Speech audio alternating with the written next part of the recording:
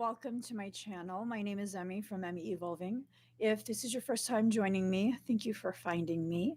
If this is not your first time, thank you for coming back. So, I'm going to be doing a reading for Pisces, Sun, Moon, Rising, and Venus. Also for your cross watchers. Also for those of us who find ourselves on this channel, not having any Piscean anything, not dealing with a Piscean. You're probably an empath and you're probably needing messages from your soul. Okay. So let's get started. I asked what this reading was going to be about.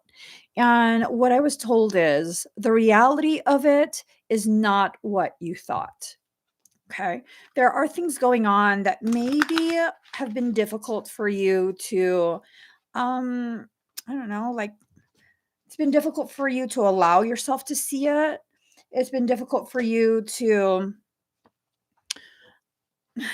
accept what's going on. Just like a lot of difficult feelings, a lot of difficult energy. And oftentimes, Pisceans and empaths, we don't like to create issues. We don't like to be the reason that bad things are happening. We have a tendency to blame ourselves and take ownership of things that really don't belong to us. Other people's behaviors, the type of actions, decisions that lead to struggle because someone else acted on it, decided it. That's not something for you to claim. Okay. So the reality of what's going on is not what you think it is. It's probably because you're trying to blame yourself like you did something wrong, and you probably did not do anything wrong. Empaths and Pisceans have a tendency to do this a lot. We're like, oh, did I make things? I just made things harder. Why am I like this? Speaking up for yourself is not making things harder. When you're dealing with something very difficult, you will go through all these different phases of questioning, all these different phases of wondering whether or not you made the right choice. And, it's just one of those things. You have to decide something. You had to decide something. You had to do something. And another thing that kind of causes so much more issue is when you choose not to do anything to avoid the issue. When you're dealing with not so good people, which many empaths deal with not so good people because they think that you're weak. Not saying you are, I'm saying that's what they think. Because, a lot of empaths are considered to be non-confrontational. We don't want to hurt people. We don't want to, rock the boat. That's necessary and, a necessary component in order for whoever this is, to continue what they're doing. So, oh, that's weird. I'm getting a sense of, gosh, with, sorry, I'm pulling more cards. Whoever you're dealing with is totally being gaslit. Okay. What is this?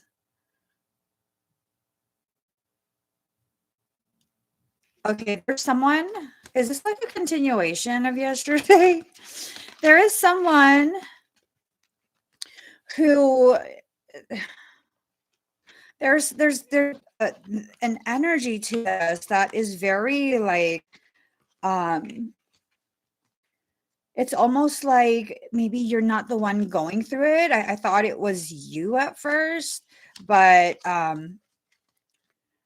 it might be someone who's like watching you and focused on you. It's almost as though they're trying to figure out how to navigate whatever is going on in their life. And there's a lot of gaslighting going on, a lot of like saying things to them regarding you. What is this? Is this another fucking twin flame reading? Because Hold on, guys.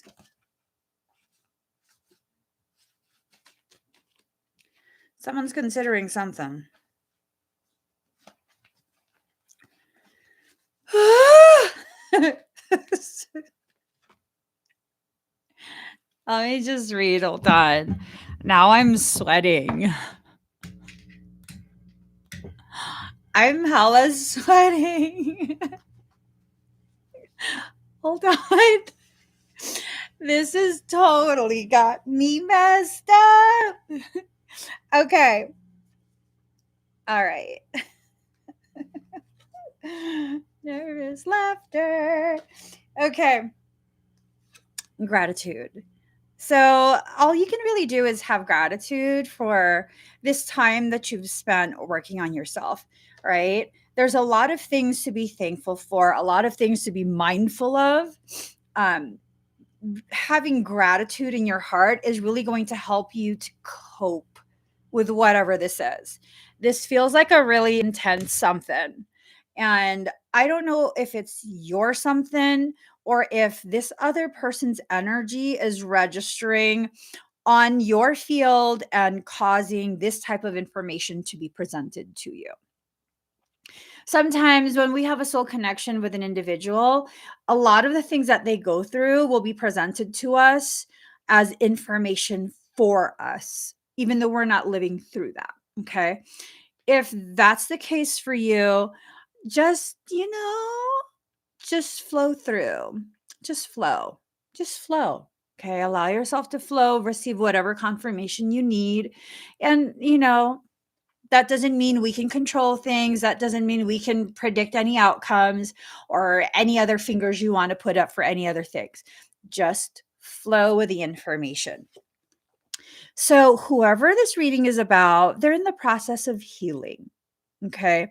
It's almost like there are two individuals who have really been intoxicating their thoughts, been really, really affecting the way the way they see things, the way they process, um, even like the way they decided whatever they decided pertaining to you, however long ago that was affected by two specific people.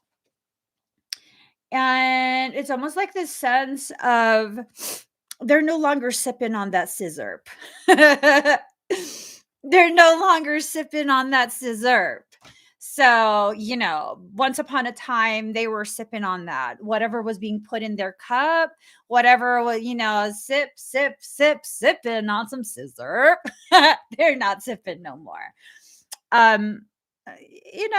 just, I don't know. I don't know. This is really uncomfortable. Surrender. So they're going through this process of metamorphosis. I mean, this could also apply to you. I don't know. But they're surrendering to whatever this is. And whatever this is a change in the way they see themselves and the way they see the world. It's important to continue to allow yourself to shift within your perceptions, within your own space, and really just, you know, allow yourself to be who you are. Go through the process of further developing your perceptions about yourself, the world, your circumstance, all of that. Sometimes the people who mean the best give the worst advice.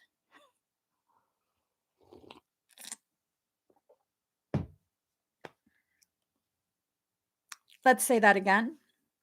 Sometimes the people who mean the best give the worst advice. This is why I don't advise anyone anything. These readings are nothing more than me sharing my thoughts, my opinions, and you need to decide for yourself what you will do with the things that I say. Okay?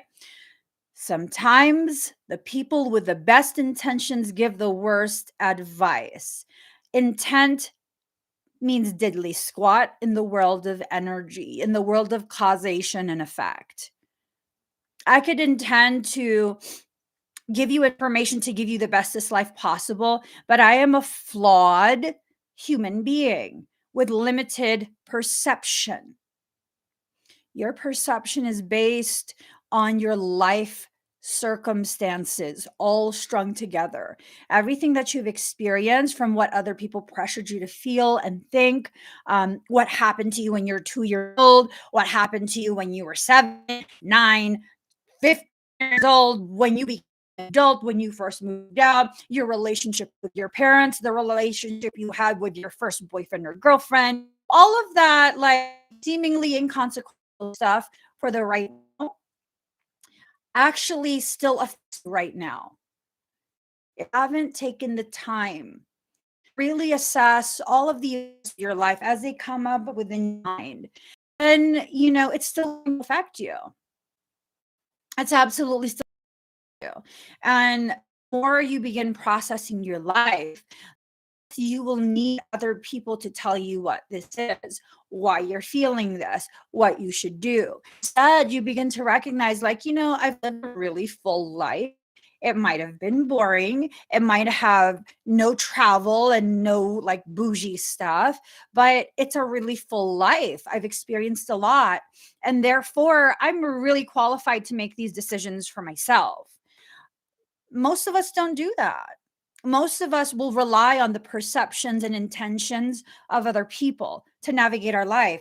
I mean, yo, you were sipping on someone's toxic scissor. I mean, did you think you're sick? Because usually, you know, that's like cough syrup, isn't it? I'm not big on stuff like that. I'm just saying, isn't that like cough syrup with codeine or something? I don't know. It's like, why are you taking medications that you don't need? If you don't need it, why are you taking it? It has a very real effect on your perception. When you are like some sort of energetic hypochondriac, and I know that's a little bit abrasive and hurtful, but there's no other word for me to use. Many of us have become this like hypochondriac when it comes to energy and social things. Like, people aren't going to like me. People are going to this. People are going to that. Oh, what if they're intending to blah, blah, blah? Who cares? Just be fully alive. Just be fully alive. Years ago, um, I felt, I guess, like so out of control within myself. I had not addressed a lot of the wounds that I've accrued from the entire lifetime that I've lived. And it was very, very difficult. I felt extremely disempowered within my own life. Despite the fact that everyone around me saw me as like super powerful. And part of the way that feeling of disempowerment was expressed, a symptomatic presentation of this emotional and psychological struggle, was me trying to exert control over my environment.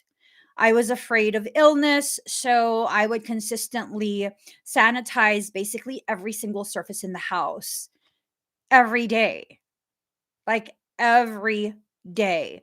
And that attempt to sanitize, and I was using commercial cleaners and stuff, that actually compromised my immune system.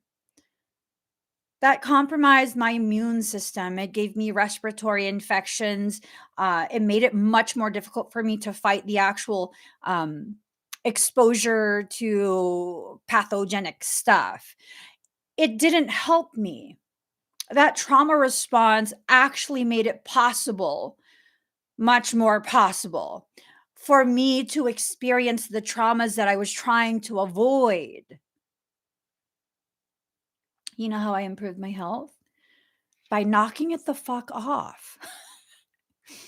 I'm not joking. I don't use hand sanitizers. I don't do any of that. If I touch a surface that's questionable, I wash my hands.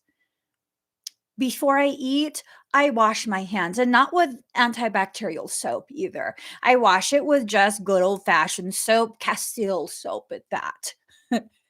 You know what I'm saying? Understanding how your coping mechanisms are actually affecting your life will probably show you're the one that's negatively affecting your life.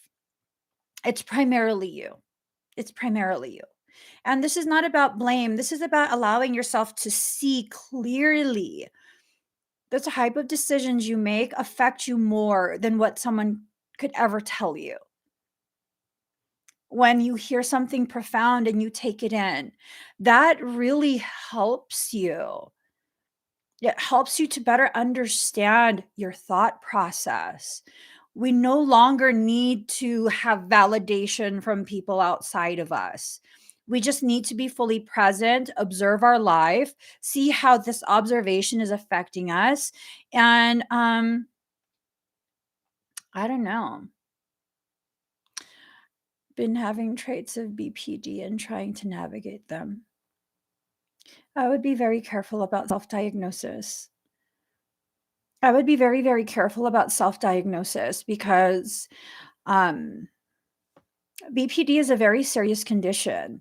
And if you're just going through a very intense period in your life, and maybe you're having, maybe you have PTSD and it's flaring up, or depression, anxiety, one of the other um, lesser type of psychological struggles, and then you take in as your truth BPD, you can actually make that into your reality. And that's a very difficult reality to live within.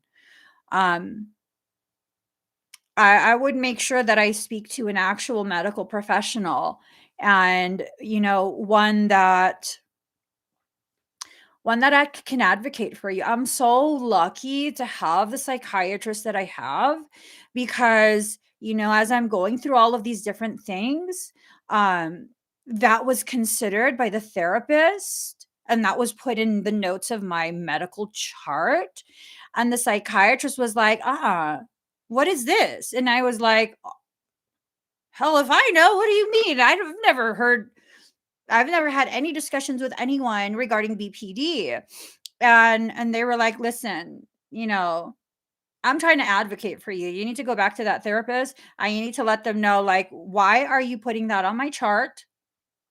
And that needs to be removed. If that's not an actual true diagnosis, that needs to be removed. And, it's one of those things. She explained to me, like, you're going through a lot right now. You have PTSD and you're going through a lot right now, and it's very unfair and problematic to try and diagnose you with that when you have all of this going on. We have to first stabilize your PTSD and make sure that you're solid in that before we begin to explore other things like that. Um you have to make sure that that's not something that's included in your medical chart if it's not actually true for you. Another thing you want to consider, if you're an empath, a lot of times you'll pull in energies from your environment. And if you're a sensitive enough empath, um what ends up happening is it becomes your experience, even though it's not, even though it's just an empathic hit. It then, if you don't know that you're empathic, you then begin to identify as that. When I was like, excuse me, God, how old was I want to say I was 20. The person that I was living with, my roommate, excuse me, my roommate got diagnosed with a psychological condition, and I did not realize how empathic I was. Like, I've always been who I am. There was no moment of awakening, but my understanding of myself has developed as I've gotten older. And at 20 years old, I was not aware that a lot of the things that I was experiencing is actually energy. It's not my experience. I'm pulling in someone else's experience. And because of my lack of understanding, I went and saw doctors, and they diagnosed me with the same exact thing my roommate was diagnosed with. And it became this huge ordeal for me for like, I don't know, several years, to be honest, believing that that's what's going on with me. And then I went back to the doctor several years later, and they were like, wait, looking at all the details, no, that's a misdiagnosis. Like, you're not. And several years later, I was no longer living with that person. And so I was reassessed. And they're like, no, that needs to be taken off your medical records. That's a misdiagnosis. And I'm like, are you kidding me? Are you kidding me? And she's like, I'm very sorry. No, that was a misdiagnosis. And that's the problem with empathy these days. It's one thing to have empathy for someone, and it's a whole nother thing to be an actual empath and pulling in other people's symptoms, their experiences, their perceptions, and then identifying as that. Um, you have to go to a really talented, very, very skilled, compassionate medical professional. I'm so grateful for my psychiatrist right now. She's just really like cut and dry. Like, listen, I, I'm like, okay, okay, I'll listen. I'm listening. She tells me what's up. She is totally looking out for my best interest. Um, not all are. So you have to be careful with that, okay? Allowing your thoughts to be fully formed, allowing your thoughts to be fully formed, letting yourself think for yourself, quite possibly for the first time ever. If you're in an environment with people, and they might be family, they might be friends, they might be whatever they are, but if you're in an environment where people are accustomed to you having to listen to what they say and value what they say because that's the established dynamic, you probably have never thought for yourself. You probably have kept a lot of things quiet just for the fact of wanting to keep peace. Just because you value and respect someone does not, does not, does not mean that they get to think for you. Okay. Um, let's see. How can empathy better protect and be aware when they are pulling others' energies? If the emotions or thoughts came in out of nowhere, say you're in a good mood and suddenly you're in a bad mood and you don't know why, like, oh my God, am I crazy? No, you're not crazy. You're probably an empath. You're probably an empath. I mean, crazy people, like literally crazy people, they don't question if they're crazy. True psychological disease, true psychological pathology is actually very rare. There's a lot of people being diagnosed. I'm saying this as someone who reads a lot of medical journals. I'm not saying this as a licensed medical professional. This is just my opinion. With all the work that I've done for how many years now publicly, and all the work that I did before I allowed myself to be publicly visible, what I have seen over and over and over, a lot of the psychological issues that people have are actually not even psychological issues. I mean, I can't overturn someone's medical diagnosis. I can't tell someone to listen to me over someone who's licensed. I'm just sharing my perceptions. A lot of it has to do with empathy and pulling in other energies, other thoughts, other behavioral patterns. Just, yeah. So, if you want to learn how to protect your energy, how to maintain your auric field, you should definitely consider joining my workshop. I'm going to be teaching a workshop in about a week or two. It's the etheric defense workshop, and that's where I teach people how to maintain their field. There's just a lot of stuff going on right now, and these energies are highly conducive to parasitic breach, parasitic influence. Um, it's just one of those things. That's the time we're living in. You can look up information released by the Vatican. Okay, all y'all religious people, Look up that information. Back in 2014-ish, 2015-ish, they released, or that's when I came across the information. I don't know if that's when they released it, but they were talking publicly. The Vatican was speaking publicly about how exorcisms are on the rise. This is the most that they have done, sanctioned by the church. This doesn't include all of the parasitic stuff going on that was not sanctioned by the church. Doesn't include that. And it's just gone up and up. So you have to be very careful about your thoughts. You have to really assess if they are yours. Are they your thoughts? A lot of people don't realize that parasitic influence, unless you're understanding what that is, you probably don't know if you're being influenced. Parasites are highly skilled at mimicry. This is how they enter your field. This is how they crash your frequency level so they can facilitate a breach. They can mimic your voice and the way with which you speak perfectly. If you were just chilling, you just like, oh, today's a good day. And then suddenly you're thinking, oh, I hate this person. Where did that come from? Did you see or hear something that reminded you of that person? No, it's just like, yeah, I just suddenly started thinking of them. How do you know it was you? That's thought inception. That's thought inception. Your thoughts have just been incepted. Those weren't your thoughts. They're not. That's not how the human brain functions.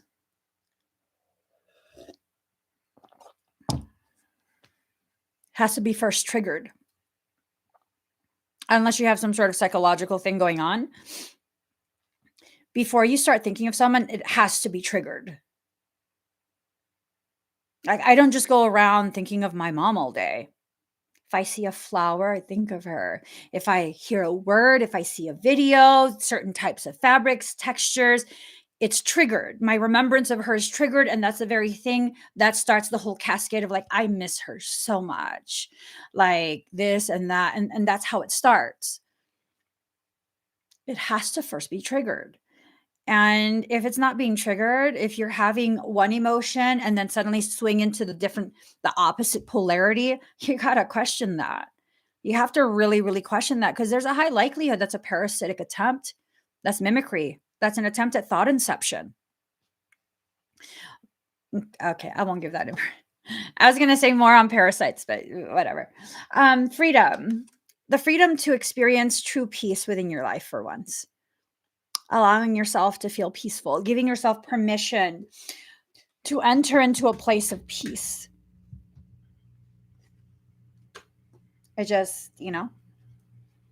Spirals of manifestation. So many of us, the more we believe something, the more we are going to manifest it. Now, I know there was a wildly popular thing years ago called The Secret. It's not a secret, and they didn't tell you the whole thing. That's my opinion, my personal opinion. It takes more than just thinking about it to call it in. It has to be intent paired with emotion and energy. You can't manifest something by just thinking of it. You can't. That's not how manifestation works. That's like the car's going to turn on because I put the key in the ignition. No, it's not. It's not. Even if you have one of those keyless start cars, whatever the heck that feature is called, you still need to press the button. The car is not going to start driving until it's given the command. Your manifestation will not occur until you give it the command, until you give it the gas. If you're afraid to manifest things, that's the equivalent of having one foot on the gas and one foot on the brake. You're just going to burn out. You're going to squeal the tires. You're going to probably fuck up all your tread. Just there's no point in that. Many of us want to manifest things, but we keep putting one foot on the brake and one foot on the gas. It's not the same as driving stick shift. That's not the brake that you're pressing when you're shifting gears. Most of us don't even know how to drive stick shift. It's a clutch. There's 3 pedals: the gas, the brakes, and the clutch. That clutch is just I love the clutch. You don't even really need to brake if you're at a stop already. Just pop it in neutral. Keep the clutch down. Put it in neutral. That means take it out of gear. Why expend so much energy when you're already at a standstill? Why expend so much energy thinking about this and that when that's not what's in front of you right now? That might be what's in front of you later. But if it's not in front of you right now, why continue to expend so much energy on that? It's the same thing as a whole syrup thing. Like, are you taking medications that you don't need? If we look at the world of antibiotics, my son's doctor was just like, wait, your son's never taken antibiotics? No, he hasn't needed to. Why would I give him antibiotics if he doesn't need to? And what has happened with allopathic medicine? You have something, antibiotics. Do you even know what you have? Because antibiotics are not necessarily full spectrum. Certain antibiotics are for certain types of strains. You can't use this antibiotic for that condition. Case in point, you can't use a triple antibiotic like Neosporin for a staphylococcus infection. If you have impetigo, you can't use that. You have to use something like muciparin. I can never remember. My ADHD and my dyslexia kicks in. I think it's muciparin. That's specifically for that type of infection. The other one is not going to do anything for it. And then you're wondering why you're not healing because you're not applying the proper solution for the situation at hand. You have to apply the proper solution for the situation at hand. You know, it's just one of those things. It's one of those things. And whatever's happening right now, it's this sense of whoever this reading is about, they're manifesting their freedom from other people's perceptions. And this is not going to be an easy thing because it feels like whoever this is has been highly influenced by quite a few people for a very long time. I almost feel bad. But at the same time, I don't, because if you are highly influenced by other people and not only are you allowing that influence, you are vehemently defending them, vehemently denying any potentiality that what someone who is seeing, you know, objectively from the outside in, like, then that's on you. That's literally on you. And no, I don't got to feel bad for you. When you make excuses for someone who is being hurtful and harmful to you, that's one thing. When you're making excuses and attacking someone else who is like trying their best to be truthful and just like telling you what they're seeing, that's a whole nother thing. That's what you're choosing. So why does someone have to feel bad for you? Well, you don't understand the struggle. I don't care. Why do I have to care? You don't care about what I say and what I'm seeing. Why do I have to care when the person who should care and it's negatively affecting you doesn't care? But you want me, who's not part of that situation, to care? That's not how it works. That's how it used to work before I learned to love myself. If you don't care enough to correct your own situations through receiving perceptions from people who are not going to benefit from sharing that perception, no one has to care. That's just how the world works. No one has to. When you continue to choose the same causations that lead to the same effect, which is stripping you completely of your sovereign right to choose and think and live, No one has to fix that but you. And no, no one needs to give you sympathy.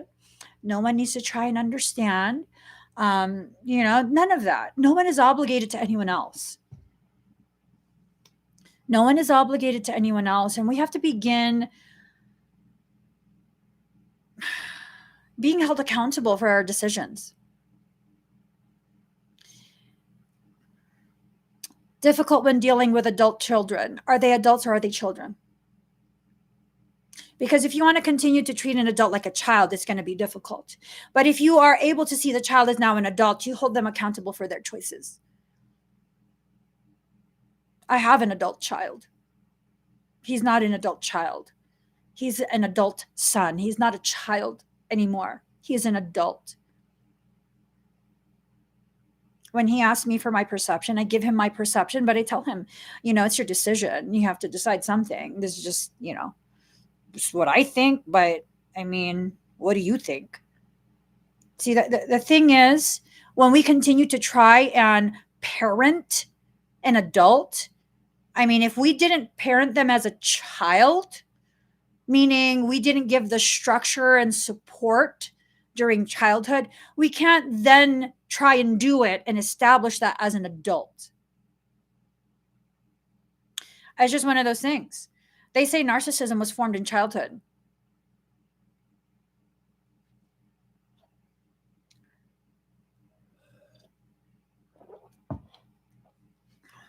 Card number 38, restore and replenish.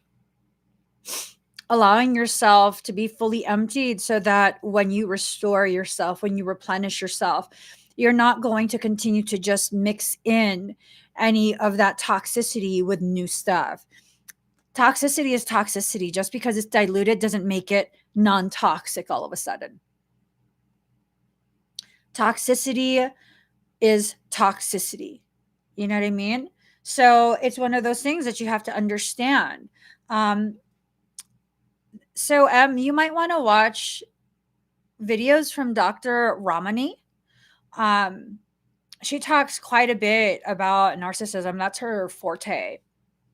And it might give you a better perspective. It's not about you needing to blame yourself. It's about you understanding some of the things, aspects in childhood that help to form your adult child, and how to maybe move forward from it. Because blaming yourself for things you can no longer change is not going to be helpful either. It's just not. It's not.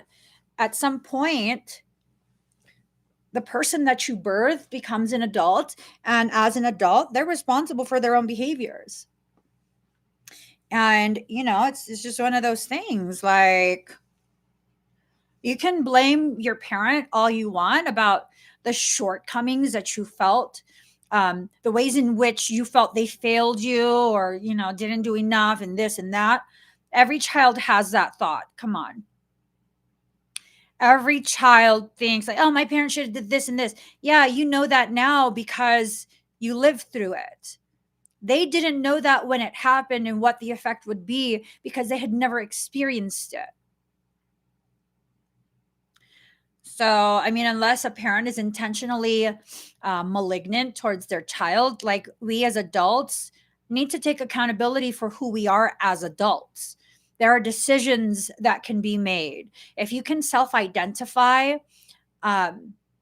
certain like pathologies that exist within your emotions and your mental state, you can then begin receiving the type of counseling, therapy, whatever you want to call it, that will help you to be better aware of how to modify your behaviors and your thoughts.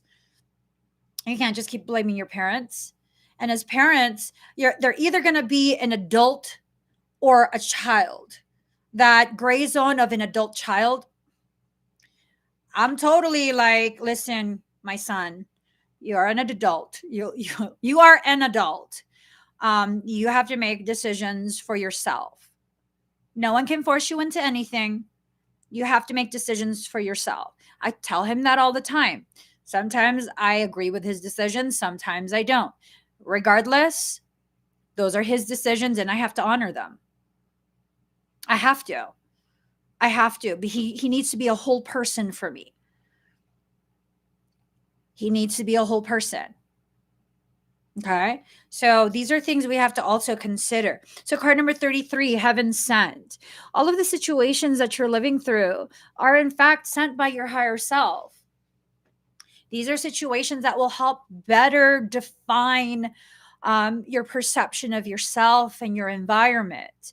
We have to get rid of all of those really distorted cyclical thoughts, the kind of thoughts, the logic that doesn't take you anywhere else but round and round and round you go. Yeah. I'm always going to love my kids, regardless of their age, regardless of what they do. I'm always going to have love for my children. After a certain age, you're responsible for your own thoughts. You're responsible for your own actions and behaviors. You will be held accountable by people outside of your parents. And they know this from infancy. Because I entered into my motherhood with a knowing that they're not going to forever remain a child. Okay. At some point, they're going to be an adult living their own lives. And I need to tell them right from the start, whatever you decide, people will hold you accountable for that. You can't be like, oh, well, because someone told, no, were you the one that did it? Then it's your fault. Well, because, no, not because. Own your decisions. So, one day when my brother and I were like talking and laughing around and stuff, and he was telling me something.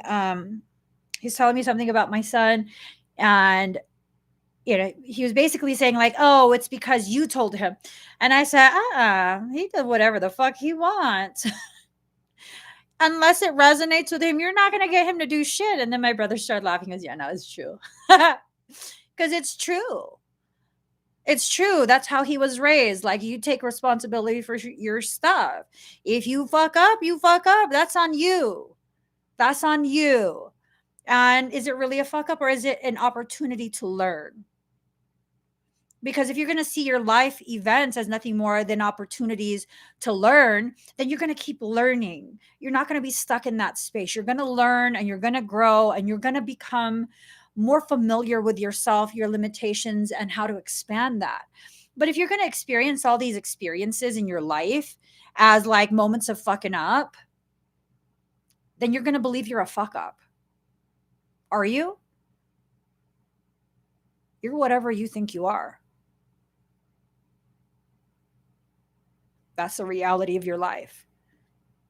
You are whatever you think you are. And typically what you think you are is a compilation of what other people think you are.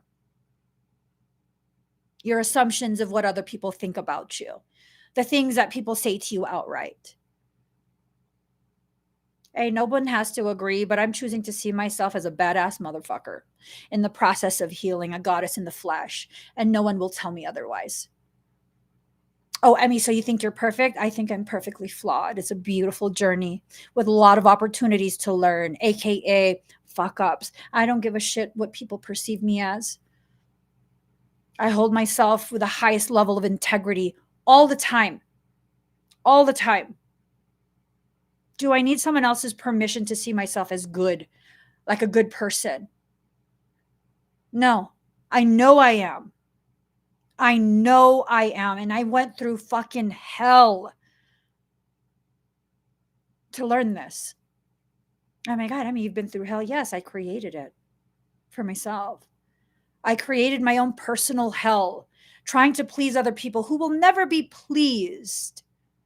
There are people who exist that just see you as a fucking inconvenience because you exist. Fuck those people. They're never going to give you permission to be yourself. Guess what? You exist, don't you? To me, that tells me I didn't need your fucking permission. I didn't. The moment I was conceived, you didn't even know I was being brought into this world. If I didn't need your permission then, I don't fucking need your permission now. I just don't. And people will see that as like, oh my God, because Emmie's powerful. No.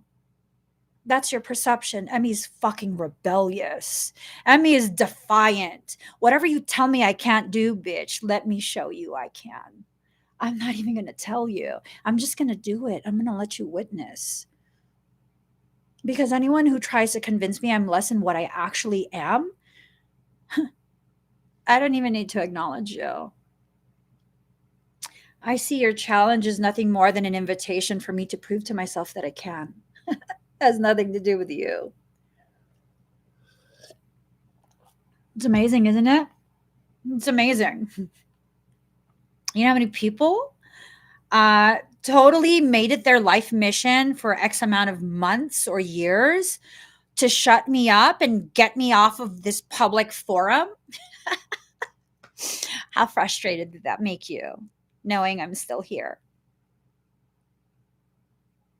Oh, Emmy, no, I'm not celebrating anything. I'm laughing because it's fucking stupid.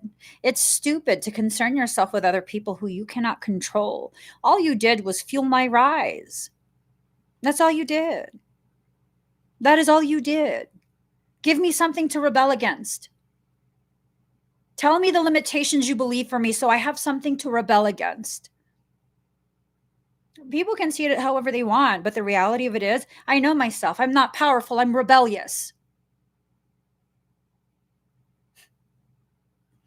How do you negate that? I don't give a fuck. You see how amazing that is? You see how amazing that is? Like, how do you negate rebelliousness? People who are rebellious don't give a shit what you're trying to do. They're going to do whatever the fuck they want to do anyways.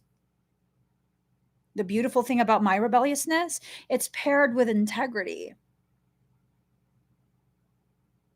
It's never malignant.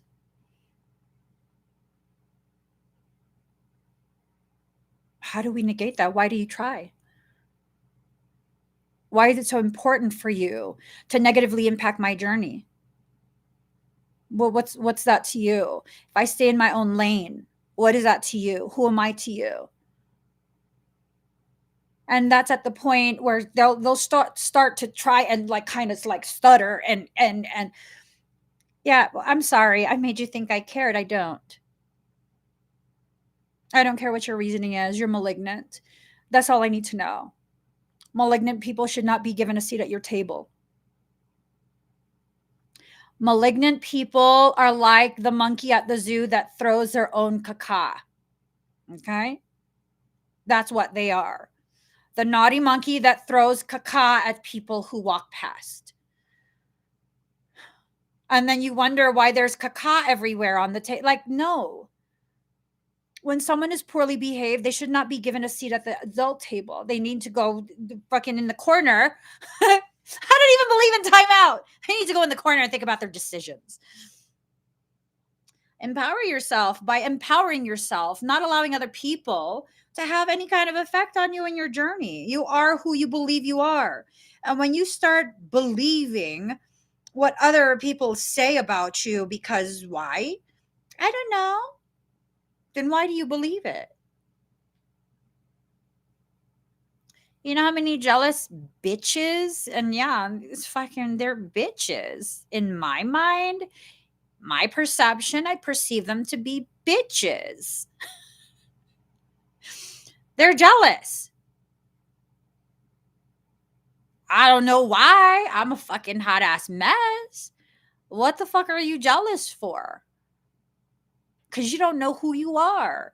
And therefore, you want to be more of who I am.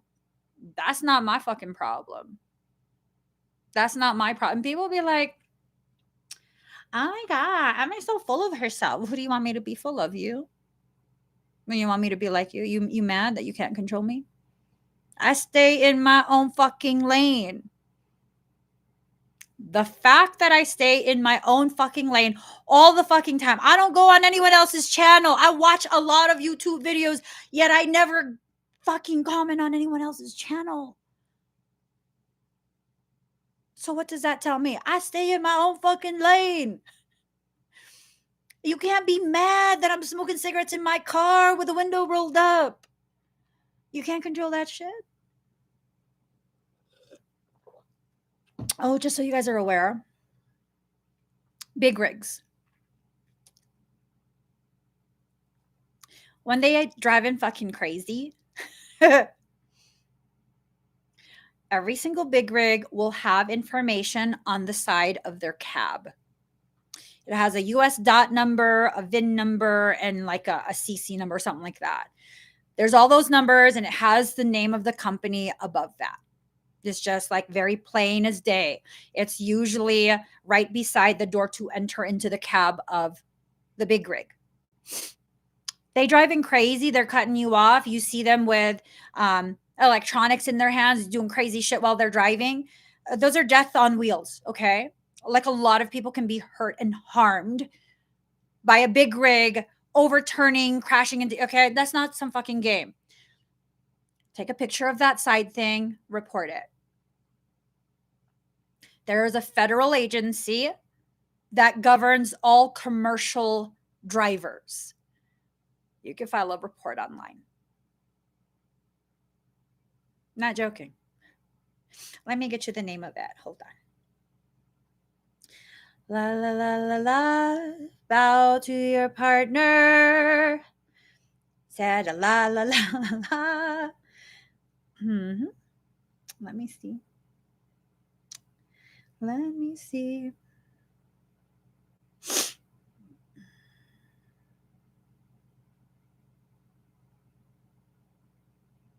What day was that?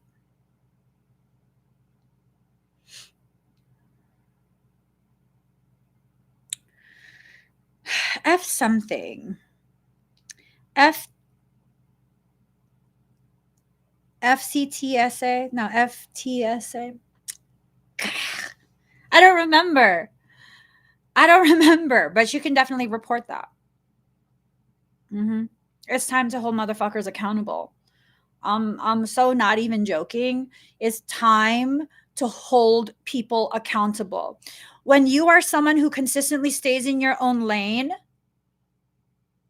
doesn't do any harmful things to other people, are very responsible with your decisions, making sure you don't negatively impact other people, hold other people accountable at this point. This is the only way the world is going to change.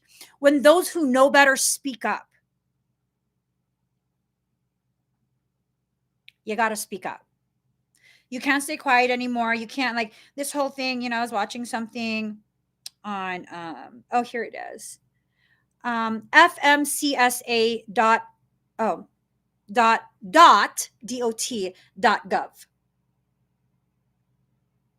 There you go.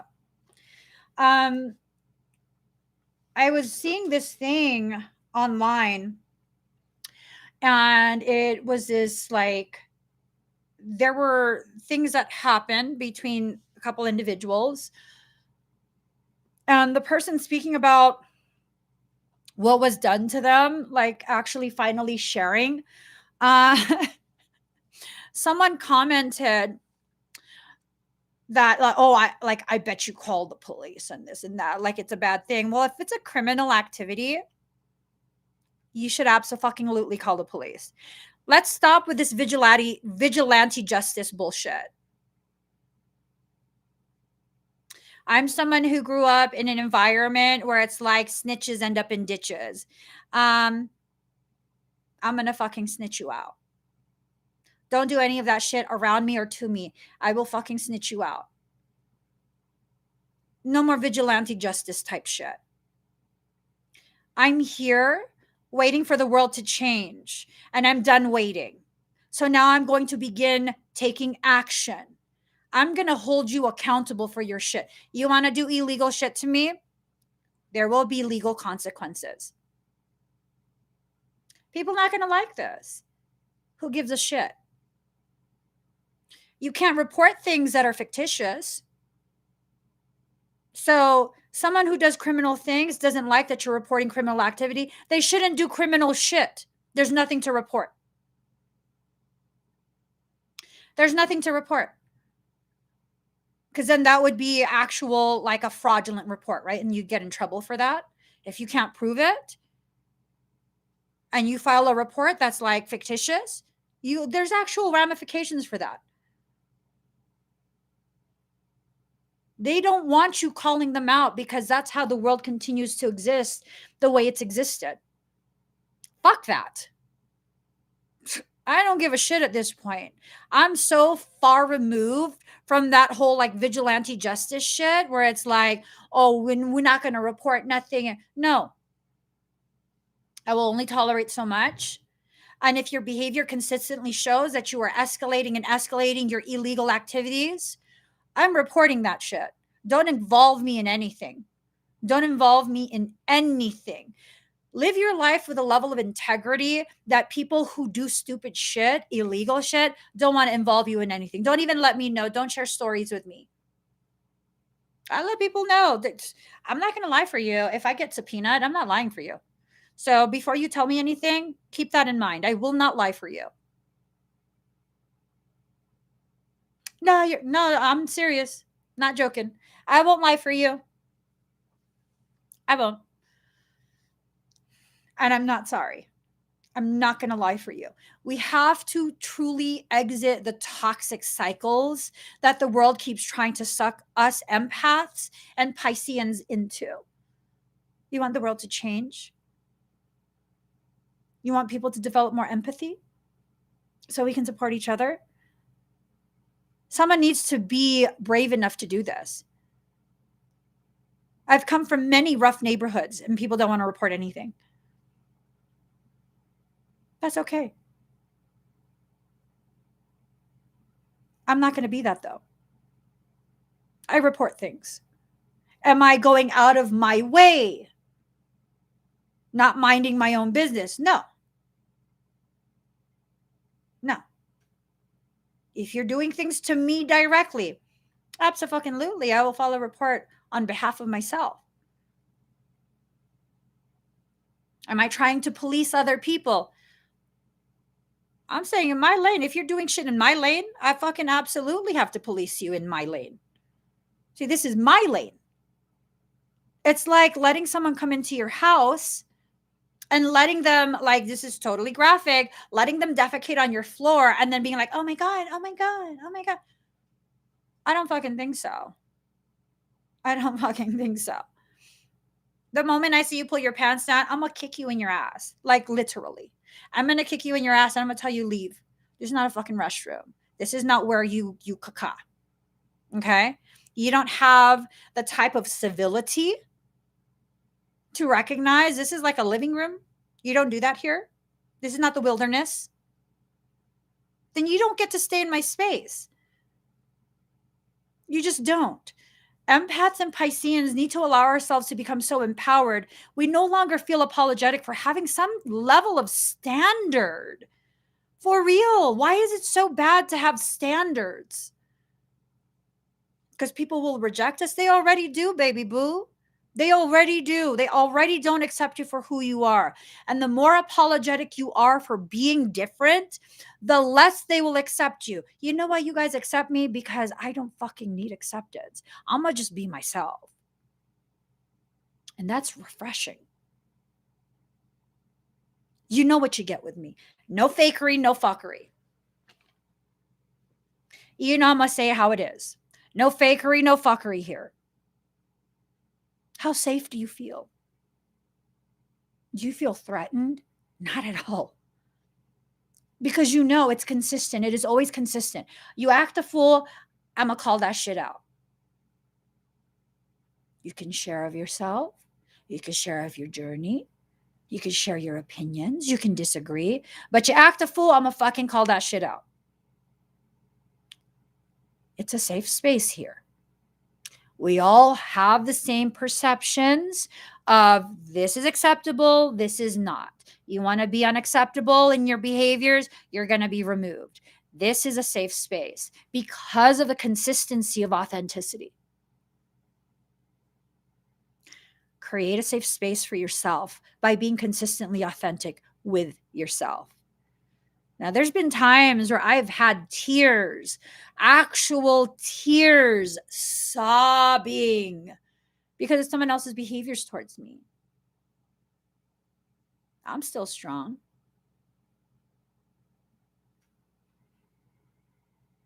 Oh, crying's not going to solve anything. Motherfucker, I'm not trying to solve shit. I'm trying to process the feeling. You thought a Piscean was trying to solve shit with tears? No. I'm trying to process my emotions so I don't fucking kill you. People think Pisceans are just so gentle. Yeah. When you say something to a Piscean and they look at you like this,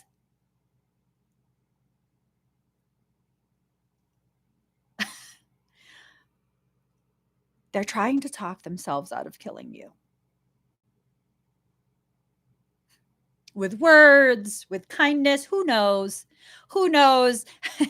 And when you're arguing with them and they're not saying anything, they're mentally murdering you already.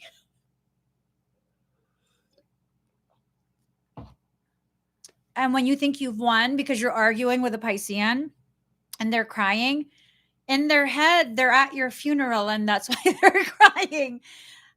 Pisceans have a tenacity that people don't understand. I mean, it takes a Piscean to know one, right? Right? My brothers learned from childhood, if you make her mad and she starts crying, you have to hide all the sharp shit in the house. You have to lock her in the room because she's going to do crazy shit to you.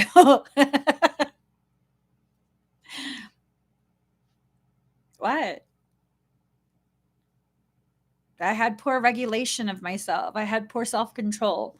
I was very impulsive. I'm just saying, I've learned to control myself. Pisceans are not punk bitches. I'm sorry. I know that goes against everything that you believed. Oh, I saw somewhere, I think a large portion of serial killers are actually Pisces. I'm not joking. I saw somewhere like a considerable number of serial killers are Piscean. Don't fuck with Pisces. I'm just saying, allow yourself to learn and grow. Okay, Pisceans and empaths. Allow yourself to learn and grow. Allow yourself to learn more self-control. Okay, that's really important. Learning how to regulate, learning that you can allow yourself to kind of release, vent some of that intense emotion so that you can remain better in control of yourself and your journey. That's a good thing to learn. After this fucking A, I knew it. I knew it. I even looked through the fucking cards. Digressing back to the beginning of this video. There is someone. Okay, after the storm. After the storm. Every storm has to end. Your storm will also end. Hang in there. You're going to be okay. You're going to be okay. You're going to learn how to cope. You're going to learn how to reconstruct yourself. You're going to learn quite a bit about who you are and how strong you are with every situation that you go through. Don't worry. Be happy. Do, do, do, do, do, do, do, do, do, do, do. So I looked through the deck and I did not see this card. I looked through all the cards that I just kind of like pulled off the top after shuffling. And then apparently it was hidden behind the other card. So card number 13, Power of Attraction.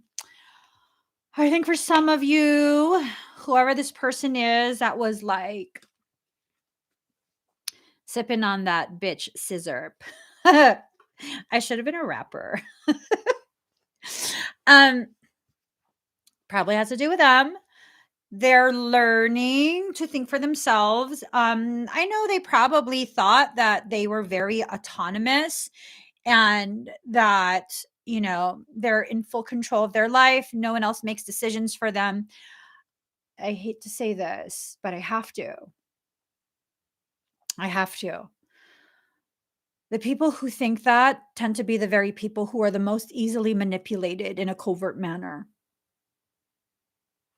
The people who are so convinced of something as an absolute tend to be the people who are so focused on that perception of an absolute that they don't realize what's being done behind the scenes. They have been very much manipulated and controlled by someone else, someone that they respect. Their thoughts and all of that have been greatly manipulated. And I think they're coming to this realization. What's that have to do with you? Lord knows. Lord knows. We don't know. We don't need no water. Let that motherfucker burn. Burn, motherfucker. um, it's, is it for you to correct it? No, I think it's for you to be aware that maybe a lot of the things that went down, a lot of the things that happened, it was manipulation on someone else's part. And this individual, this one, was used as a pawn. They were used as a pawn. I'm wondering, see, this, I was going to say, see, this is why I don't like fucking with bitches. I, no, all of my closest friends are women at this point. So that is no longer my truth. Yeah. This thing of this is why I don't hang out with other, no. I don't like bitches. My friends are not bitches. See what I'm saying? Yeah. You have to make these decisions for yourself in regards to what you will allow, what you will excuse away, what type of excuses you will accept from people. But see, this thing Michael's saying, regulate.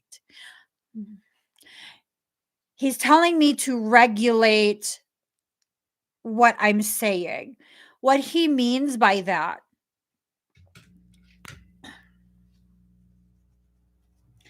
how are you going to hold it against someone when they didn't know any better, when they were being manipulated? Because they really didn't realize. They didn't realize how manipulative this person was and still continues to be. They're slowly coming to terms with the fact that the decisions they made were based on manipulations by someone that they trusted. And they don't know what to do about it. I don't know. I don't know if,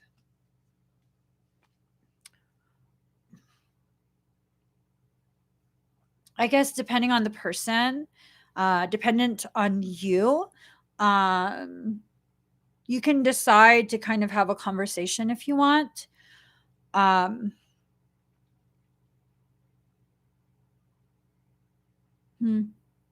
I don't know. I don't know how you move forward from that. Like, I'm pretty cut and dry with a lot of things, but something like that, I kind of feel like, well, I hate to say this. Well, um, if their perceptions during the last if it was only one cycle, that's one thing. If it's multiple cycles of this same bullshit, fuck them. No joke, fuck them. But if it was just one cycle, then you kind of have to be like, okay, do we redo this? Do we rehash this to see if maybe this is like, this wasn't an issue of compatibility. This was more of an issue of interference. Wait.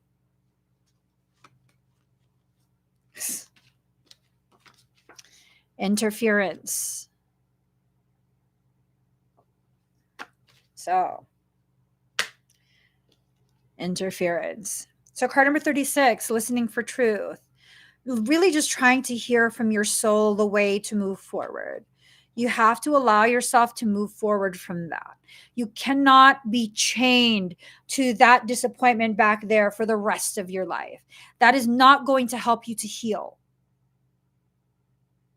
Recognition of certain things, certain factors, that's important. When you realize that someone has like basically been manipulated, maybe they have a narcissist in their family, someone who likes to fucking try and control everyone, and someone who needs someone who needs everyone else to validate them by worshiping what they say. I mean, most families have at least one person that's like that. I'm kind of wondering, is it always a second child? How many of you are the second child? How many of you have more than 2 kids in the family? And did you witness the second child in that family doing this kind of shit? Because I mean, I can't sit here and believe it's always the second child. Like, you guys are a second child. Do you feel like, you need everyone to validate you? I'm needing your help to kind of help move myself away from, like, I'm like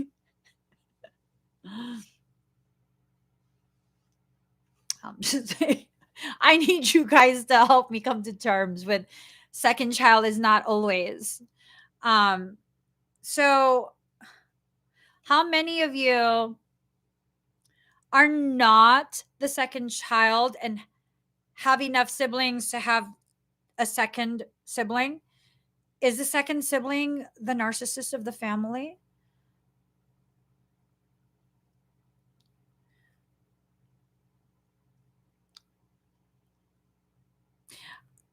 Zarana, are you the second child? Okay. The third child? Okay. Ooh. Catherine's like, yes, she's awful. Okay. I wonder if it has to do with birth order.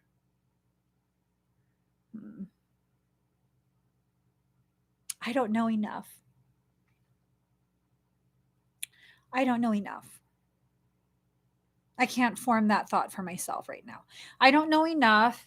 I'm thinking specifically of 2 individuals right now who are like this in the family, and they're the second child. And, the reason I'm asking you guys is because I found myself totally like trying to almost like form this assumption that it's always a second. No, no, no. Don't be doing that, girlfriend. Don't be doing that, girlfriend. So, okay. Thank you guys for that. It helped me to kind of push away that, that unfair logic. This one letter. Sorry. Okay. Only the second one is narcissistic. I think it depends on the family dynamic. I think birth order paired with, whatever the family dynamic is what will cause narcissism. I don't think it's a predisposition just because it's the second child. I think that's my official stance at this point. Yeah, I feel comfortable with that. I feel very comfortable with that. I feel the potentiality of the second child developing narcissistic traits has more to do with how invalidated they feel due to the birth order. Yeah, depends on the family dynamic. Yes, I think that's my stance. Good.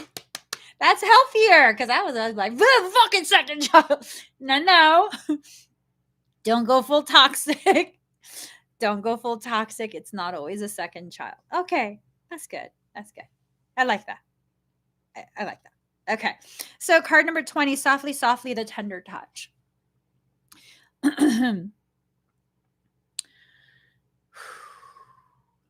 All right.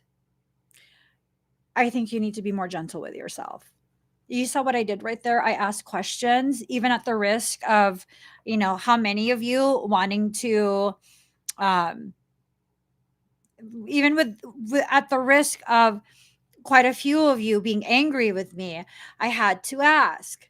And I had to ask and be honest about why I'm asking, because I was in the process of trying to form my personal stance on the subject matter. It's okay for me to question as part of my self regulation. Okay. It's okay. I normally, before, I would totally attack myself. I'm like, no, don't ask that. You're going to upset people. I'm not trying to upset people. I'm trying to find a healthier stance than just this assumption, right? So allowing myself to be very gentle with myself, as I'm learning something, as I'm forming my thoughts and choosing what my stance is, it's okay for me to be tender with myself. It's okay for you to speak to yourself gently based on whatever it is you're living through. You're going through something right now. You're going through something right now. When was the last time someone validated that you're experiencing something very, very intense? When was the last time? Was there even a last time? When was the first time? Is this the first time? Where it's like, hey, you know what? You're going through something very intense. Okay. You're kind of on shaky ground. There are things that are going on that are causing you to feel some sort of way. And, let yourself feel some sort of way for a moment and then move forward from that. It's not always just what you think it is in that moment when emotions are heightened. The other day, first off, fuck Mercury. Okay, first off, fuck Mercury. I'm sick of Mercury shit. But anyways, the other day I got a notification from my channel, right? Someone commented something. And they're like, hold on, let me find it. I have to find it because then you guys are going to see how fucking ludicrous I was being. Here it is. So I didn't know what was commented on. I just saw the comment drop down and it says, why would she not just exit the video? Everyone does things differently. Is your channel and that's how you operate.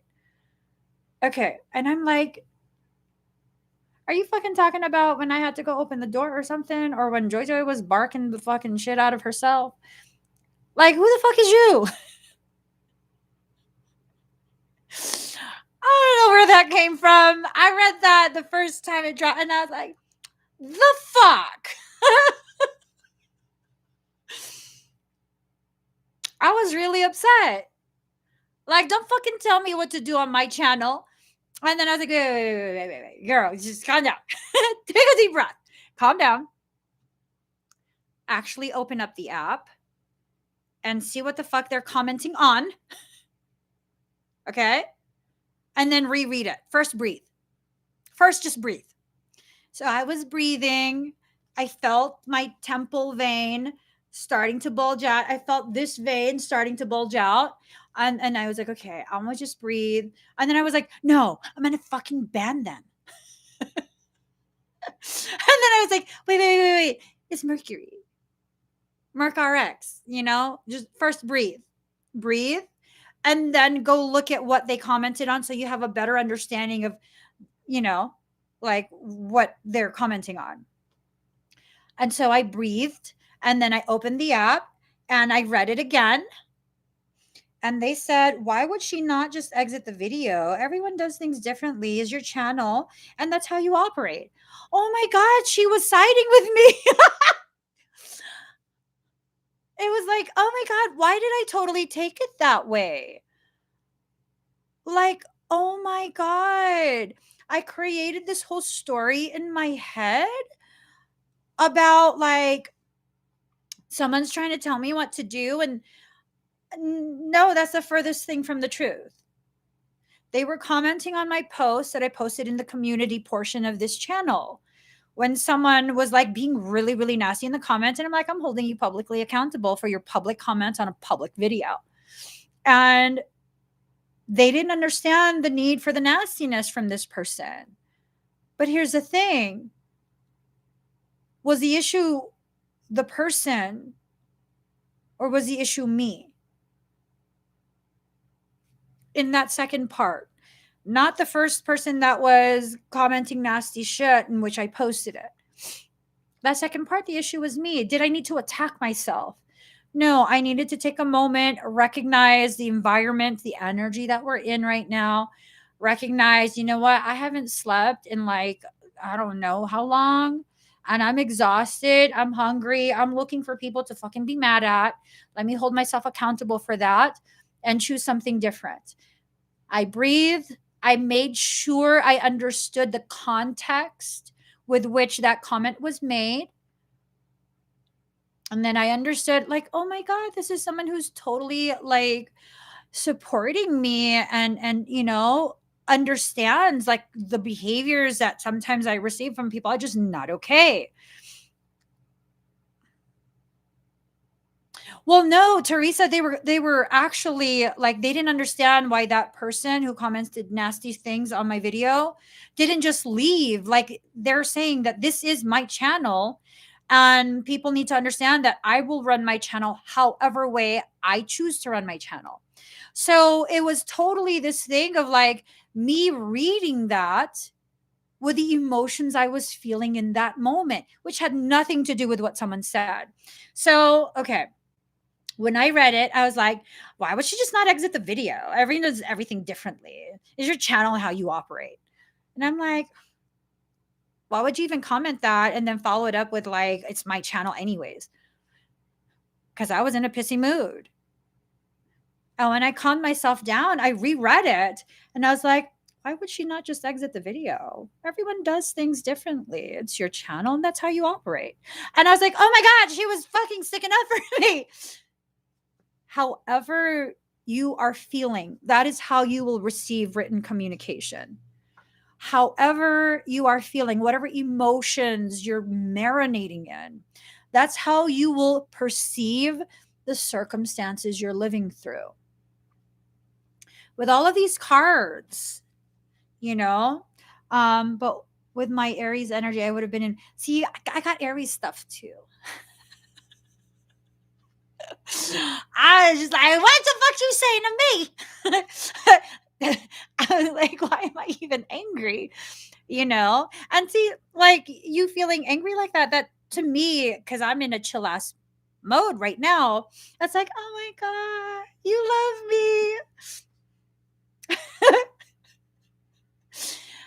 We have to still pause.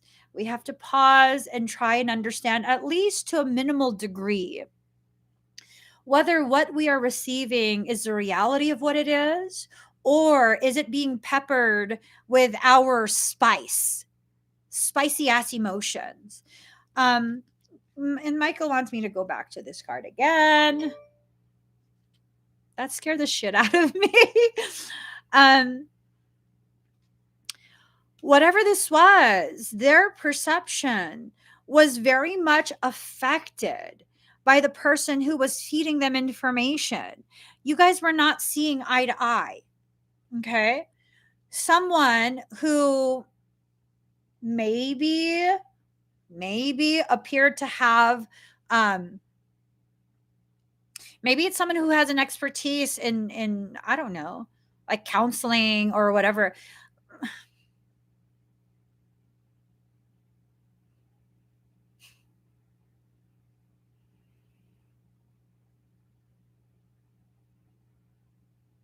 Let me just leave that alone.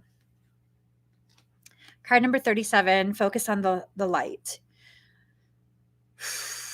Sometimes dark things, dark thoughts, dark energy will be presented to you so that you can choose to not participate. See what I did right there? I'm not going to participate in that thought. I'm good off of it. Card number 11, diving for light, allowing yourself to go much deeper than what you've ever gone to. In regards to your truth, in regards to entering and swimming through the trenches of your heart's oceans. Card number 4, against the grain. Swim deep. Seagulls can't go that far. There's this scene in the Finding Nemo movie with the seagulls, and they yell like, mine, mine, mine, mine, mine, mine, mine, because everything is theirs. Many of us have seagulls in our lives. These people, I mean, normally I'd be like a pigeon, like you fucking pigeon, right? Name calling is so mature. It's not name calling, it's identification. So normally, like people who love drama and are just like bottom rung people because they love the drama and to spread drama to others, those are like pigeons to me in the bird world. These people are seagulls. You're a Piscean, you go in the water. They're trying to follow you there. They're able to swim just enough, just at the surface. I know many of us have seagulls in our lives. seagulls are opportunists. Whatever they can get away with taking and eating, they will. Why do you keep offering yourself up? I saw this video. There's this guy. I adore him. He makes all these videos on the animal kingdom, right? He's on Instagram, he's on TikTok, and he's on YouTube. It's this guy, and he always talks into his earbud microphone, right? And he talks about all these different animals. And the most recent video that I saw of his was about seagulls. Seagulls are no longer just, getting chips that have fell on the floor, on the ground in the parks and things like that. He's talking about how seagulls can swallow things whole and have been eating people's dogs. A chujaja. I mean, a chihuahua. He shared several instances where chihuahuas were eaten whole by the seagull. Are you letting seagull people into your life and they're eating parts of you whole? I mean, they're little chihuahuas. They're little ones. They're like teacup. That's still fucking big for a seagull to be swallowing. Did I save that video? I might have saved that video. Hold on. Videos that impact me are often saved. Let's see.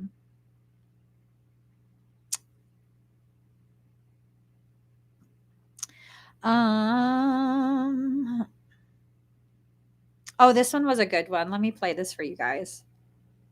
All my life, I've been waiting for somebody to whoop my ass.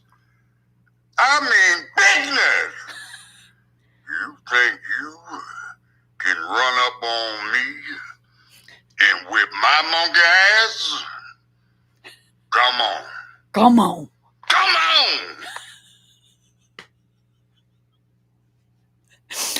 I listened to that like for 30 minutes straight.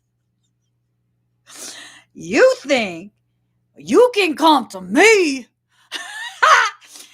and whoop my monkey ass? Come on. He's such an old man. I died.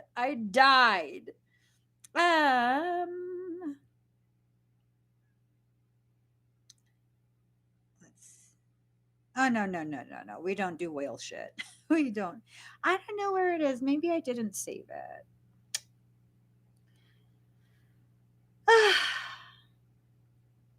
No, I didn't. It's fine.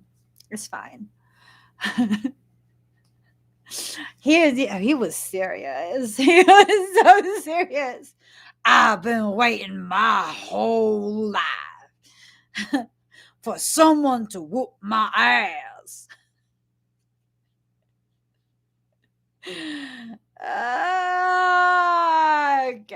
Okay. Card number 23, defend to the end the worthwhile. You're worth defending. Now, this stack of cards. I know you want to keep yourself safe. I know you don't want someone else to have access to you if they've already hurt your feelings. But was it them who hurt your feelings, or were you kind of just receiving the overspray of someone else hurting their feelings? Am I really trying to talk you guys into being okay with letting this person back? What the fuck is going on here? What's in my coffee? What the fuck is this forgiveness shit? I'm just saying, what the fuck is this shit? I got all high-pitched voice now. Lower it back down, girl.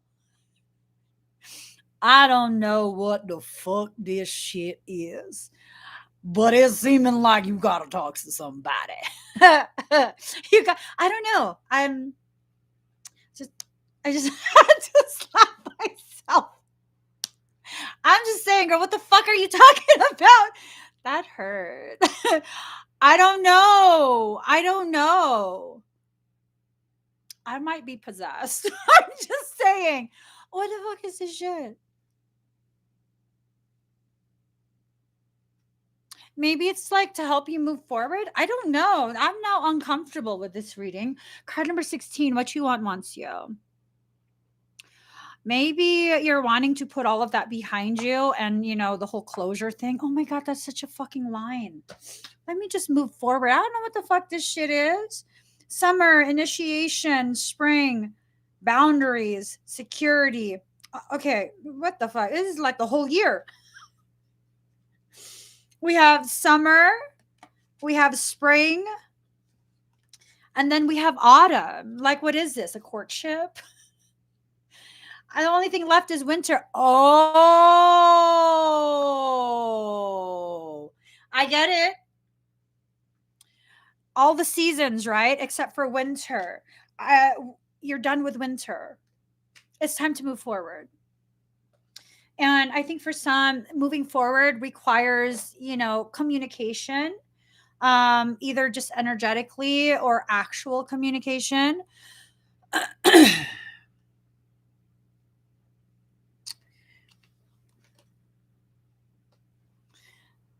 Boundaries, security, and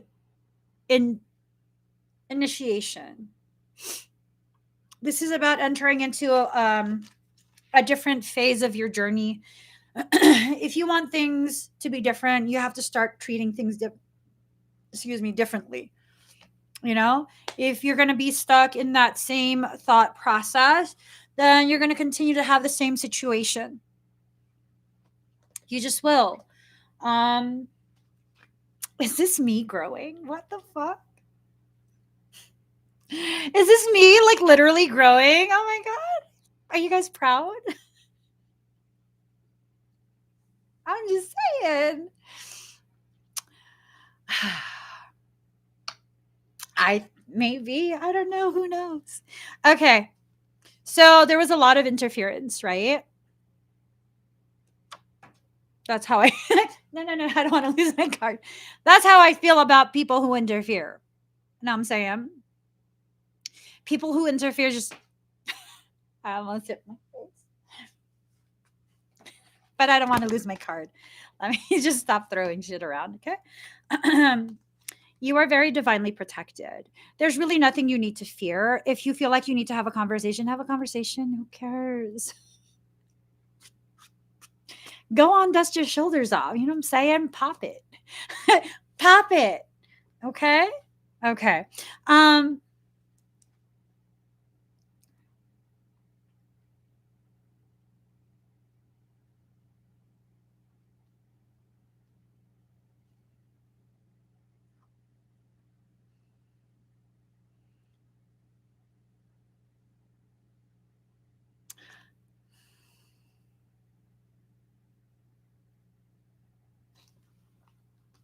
Card number 14, natural endings. Allow that winter to naturally end. That season is done. The season for holding on to the cold, the frigidness, that's done. Okay? That's done. I'm sorry, Ophelia, I can't responsibly answer that question on the live stream. Reading that question, I feel myself teetering on losing control of myself and my emotions. So I'm just going to be outright. I'm not trying to ignore you. I can't responsibly answer that during a live stream. If that's something you guys are dealing with, if you look at Ophelia's question, I would highly suggest you join my etheric defense program. That workshop, it's an online workshop. There's still a little bit of time. I believe it's going to be on October 24th. Yeah, I need to remain in control of myself. Card number 34, Arcturian activations. It's time for you to heal beyond what you thought you could heal towards. Whatever you thought was a limitation of your healing, you can actually go beyond that. I want you to look at the sigil, breathe very deep and very slow. See this symbol in your mind's eye.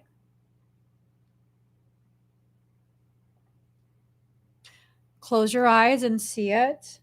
Allow yourself to truly See and feel this in your mind. See it begin to dissolve and spread through your entire auric field as you breathe. Just keep breathing very deep and very slow. One more deep breath in. Slow exhale out.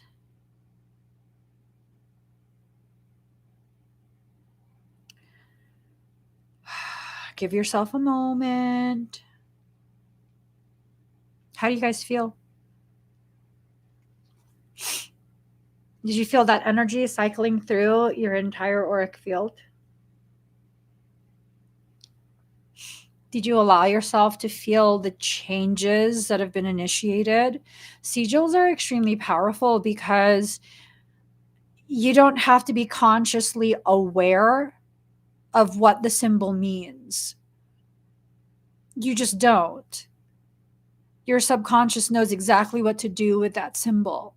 It knows what it means, the gravity of it. Sigils are very potent.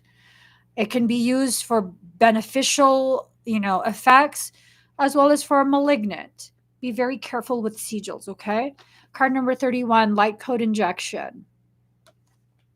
Paired with the Arcturian, you're being exposed to universal energies that can help correct energetic distortions, okay? This is not energy that's mine. This is not energy that belongs to anyone else. This is collective energy. Collective energy. You have a right to this energy just like other people.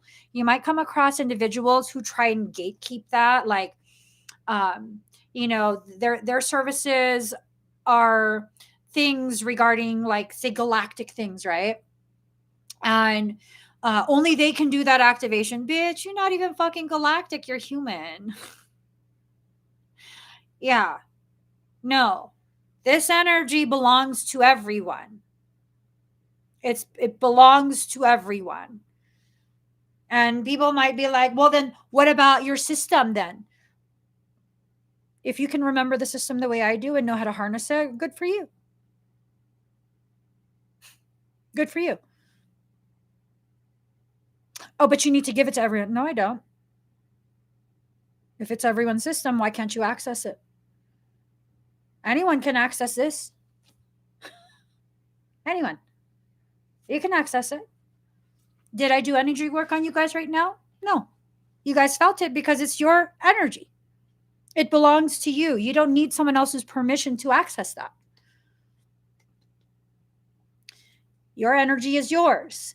People need permission to access you.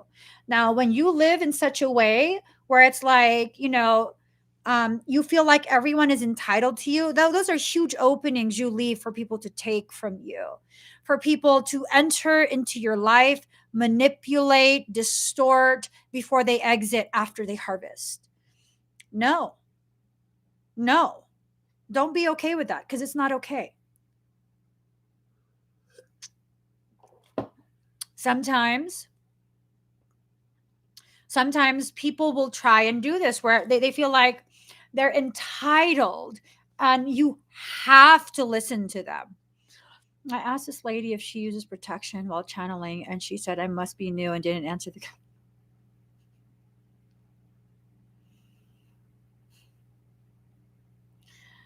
You must be new, meaning you don't know the protocol. I have good intent. Fuck your intent. Answer the fucking question.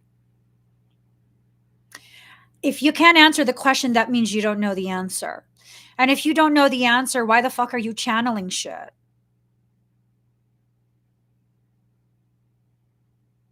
Oh, you're just jealous that I have a gift. A gift of talking to demons? They fucking talk to me too, but I don't be spreading their message.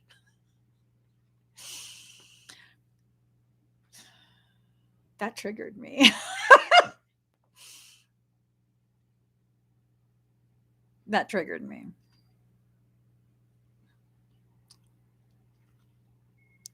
I'm out of coffee. I'm out of coffee. I can't drink down my salt. I intentionally intentionally. Do not look at anything like that. Like, I don't interact with it. The moment someone is like, I'm going to be like an activation. No, bitch. No. No. Keep scrolling. Keep scrolling. I'm good off that shit. I am so good off of that shit. No. Oftentimes, that type of content is created to lure people in. It's a taking advantage of people who don't know. And that whole response of, you must be new.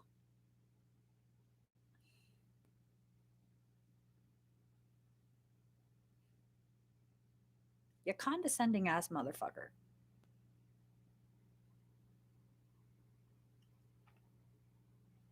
You must be new.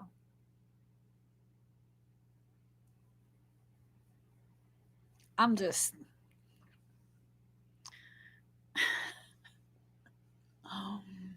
I wish you schooled her, Moonrock.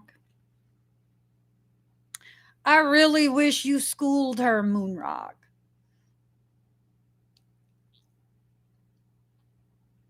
I really wish you schooled her. But, that's me being rotten. Let me not. Let me just not. Let me just not. Let me not. What happened? What happens? I'm about to fucking find out who this is and fucking tag myself into it. No, I'm not. I got sessions starting. Card number 5, change. We can't keep reacting the same way to the same triggers. That includes that type of trigger. We can't keep reacting the same way. And no, Moonrock, I think you did the right thing by just not engaging. Once you determine that her mind was already set, sometimes people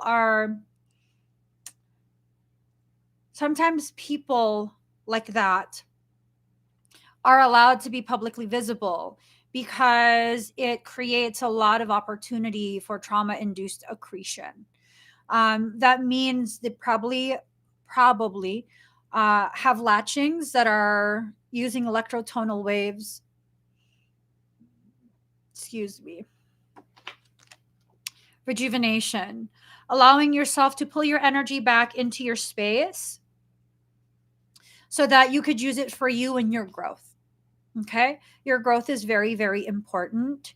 And, Moonrock did a very mature thing there where she wanted confirmation of what she was picking up on. She was given the confirmation and she chose to use that confirmation responsibly by just moving forward and not wasting her energy. I mean, that's the reality of things. Like, do you need to waste your energy? I saw someone do this video. I forget his name. But he was talking about, like, just because you have gifts and it's like cool and everything, that doesn't mean you have the right to be scanning people or, reading them out in public and this and that. And I was like, in my world, doing that without my permission is an invitation to get choke slammed. Because it is.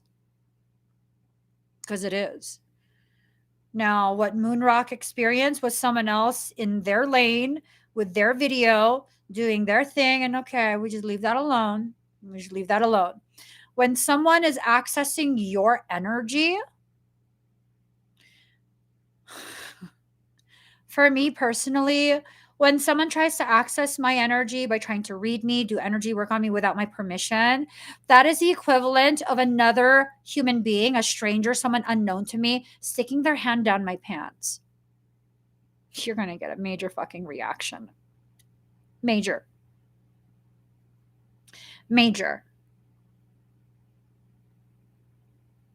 And I have every right to react that way, whatever way I choose to react. And just so y'all are aware, that exercise at the gym where you squeeze your legs together, that inner thigh exercise? I can squeeze the entire rack.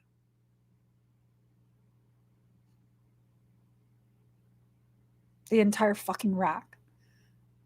3 sets of 30. That's like 300 something pounds. And it's easy for me.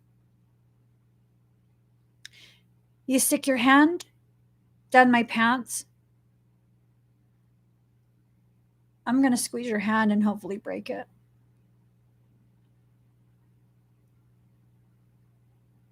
Just saying. I'm going to squeeze the shit out of your hand and hopefully break it. I'm not going to let go. I'm not going to let go. My inner thighs are squishy. You're not, there's no gap. You're not going to pull it out. I'm going to fucking squeeze the shit out of your hand. And while your hand is stuck there, hopefully being broken, I'm going to defend myself by striking you in your face.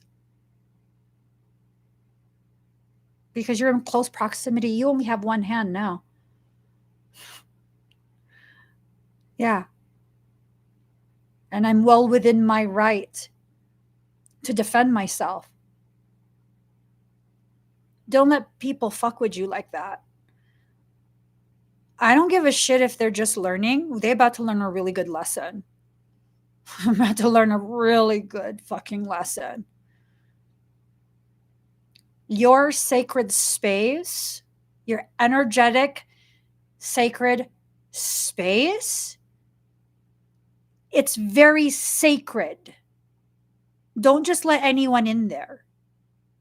So not even joking. Don't let just anyone in there. That is a VIP section. And no. They're not allowed in. They're just not allowed in. You have to be okay with having some sort of standards. Even if you don't know anything about energy, no. Sternum is also very tender.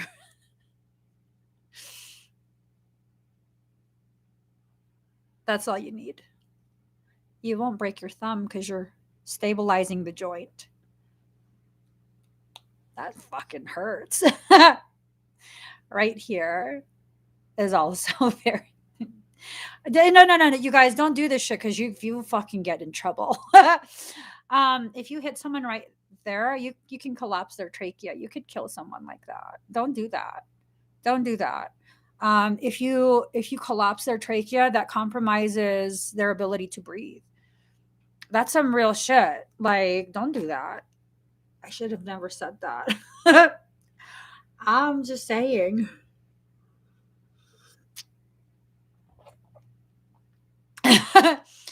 I don't know if y'all know, when I was little, I told you guys before, I was raised like a little dude, right? As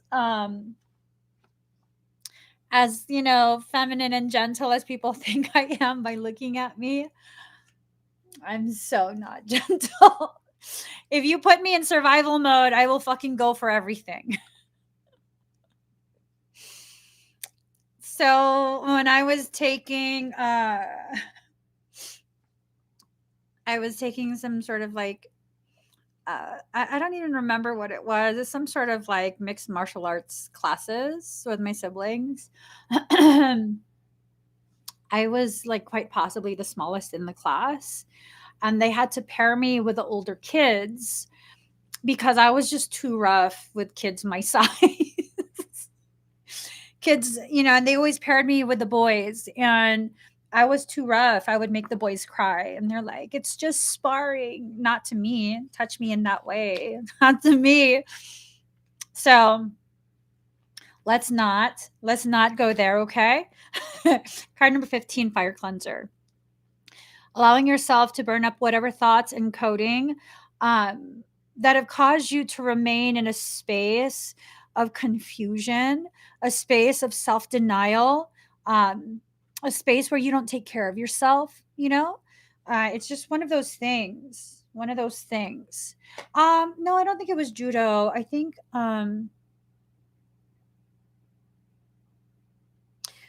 it was like a cross between taekwondo and jiu-jitsu. I want to say. All I know is I excel at grappling because I'm smaller than most people I will come across who want to harm me. And people think just because if you pin me down, if we're on the floor, it doesn't fucking matter how long you are. I'm just saying. I'm just saying. It doesn't matter how tall you are. The fact that I'm smaller is irrelevant when we're on the floor.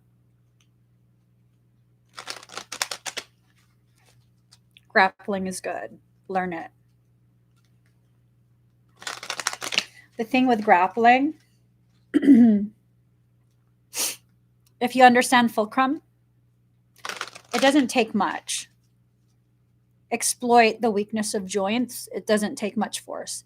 I don't need to be stronger than you. I just need to be stronger than that joint. And if I can compromise that joint, I'll dominate you. Just saying.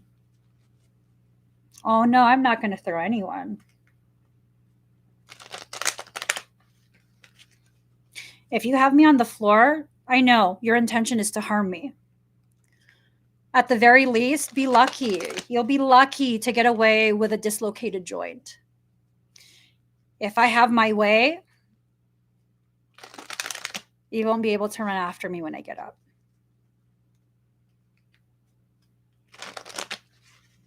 Just saying. And no, I've never done this to anyone else because I'm not going to stay in a situation where I feel like I have to do shit like that. But you best believe I was raised to be prepared for shit like that. I'm telling you, I was raised like a dude. I have no sisters. Yeah. So card number 18, a new gown. Weary and consumed by longing, I was caressed by my beloved last night. My wounded soul was set free when I tasted the sweetness of love. My spirit was lifted at once. I surrendered my life while overflowing with joy, and my vision was filled with light. Love said, "Don't feel so hopeless, my weary and gloomy one, for my generosity is beyond forgetting those devoted to me. See how boundless divine justice can be. Behold my immeasurable kindness." Love embraced my spirit, and all my doubts vanished at once. A new and glorious robe of honor was placed on my shoulders. Love offered me the power of new vision and the transforming touch of divine generosity, and placed the chalice of eternal wine in my hand. I have the perfect gift for you. It's a gown of new colors, of colors perfectly suited to you and no other. The colors of this gown will make your eyes sparkle and gleam as though they were more beautiful than the most precious of gems. The colors of this new gown will make your skin seem luminous as if lit from within. For of course it is, beautiful angel. Your complexion is radiant with the light of life.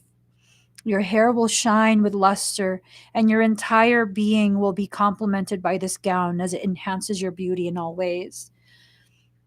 So hold on no longer to that shabby, tattered cloak so unworthy of you.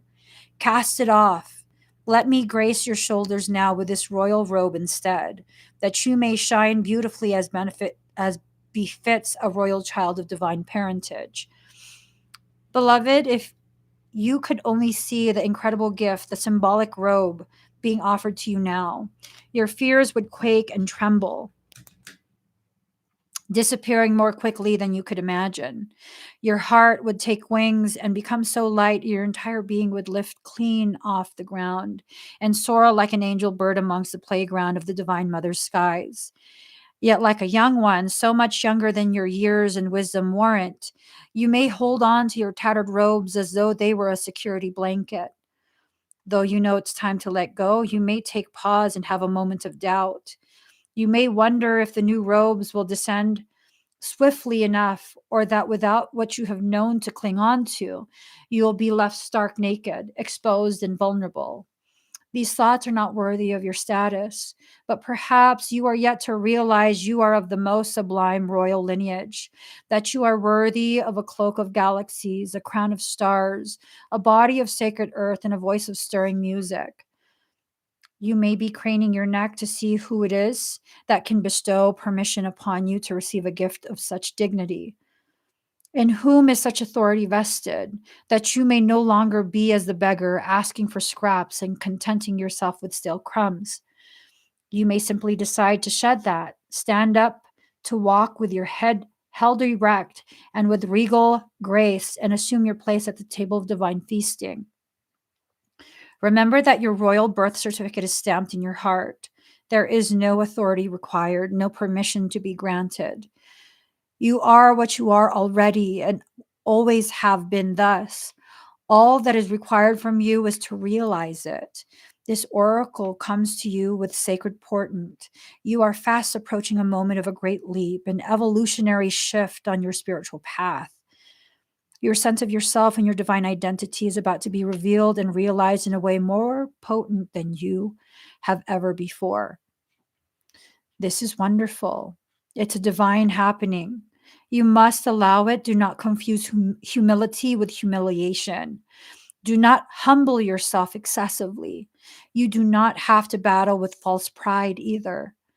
Simply honor yourself as a living being worthy of life, worthy of this royal path of divine realization. What a gift it is to cast aside belief in inferiority or superiority, unhelpful as those notions are for you now. What a gift instead to embrace your own path, irrespective of what any other may think, whether they hold it in glory or derision. Who cares? Not you nor I. Your royal heritage has been revealed. And in seeing the divinity within yourself, you become blessed to set it on all beings returning to the realization of royalty within. Crazed searching outside of the heart will come to an end. A simple golden path will be found, as though a river of molten gold flows from your heart back to the oceanic heart of the great beloved, where, united again, you finally ascend your throne and claim your divinity once and for always. This oracle has come with sacred guidance for you. You are stepping into empowerment in a new way, and it's to be honored. Do not allow yourself to be dragged into dramas or power games. You are worthy of so much more than that. You're tapping into your inner dignity, and others may not know how to respond. Some will respond with love and acknowledgement, others with fear and judgment, calling you too big for your boots or high and mighty. Those are voices of fear, not truth. Be in your dignity and power and keep going. It is the divine that urges you thus, not the ego. Do not doubt the changes happening within you now. Embrace them. Like, just embrace it. Embrace your journey. Embrace the fact that you're coming to a realization of how profound you actually are. You don't need other people to agree with that. You just don't. You don't. You've always been what you are right now and what you're growing into. Life is nothing more than a process of shedding the perceptions that came from other people who are afraid of your greatness, people who are afraid of your divine will, your power. These are the people who don't give you permission to exist with dignity. Be dignified anyways. These are the people who take your humility, your humbleness as a sign of weakness. Be humble anyways. The truly powerful don't need to announce their power. They enter the room and the people feel it. Even with that, just remember, sometimes when the weaker ones feel the truth of your power, it causes them to be reactive to the realization of how weak they actually are. It used to break my heart when people would compare themselves to me. It just really used to break my heart. It used to make me feel so badly about myself. Like, what is it about me? Why do people do this? Why can't they see that I value them? They carry an intrinsic value, an intrinsic worth. Why do they have to compare themselves to me? Like, why? And I used to wonder if it was something I was doing. Like, am I making people feel badly for themselves? Like, is it something with my attitude, my character, the way I carry myself? And the reality of that period of my life was that I was so embarrassed to be powerful. So no, it wasn't anything I was doing. Nothing at all. I was even going out of my way to uplift these people. I was placing them on pedestals so we could be the same height. And that's where the problems began. Trying to make someone into something they don't believe they are.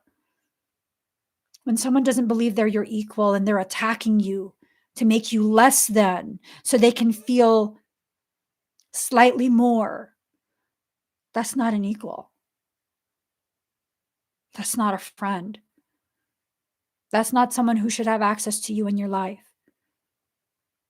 Focus on healing the parts of you that don't allow for your light to shine.